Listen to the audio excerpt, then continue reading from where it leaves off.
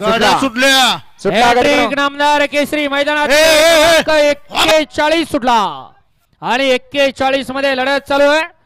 अटी आणि तटीची लढत पाहायला मिळते. शेवटच्या क्षणाला कोण बाजी मारतोय.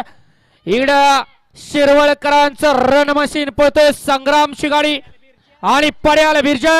अतिशय सुंदर आड्याल होता संग्राम आणि पड्याल होता बिरजा. दोघात काटा किर अशी लढत झाली.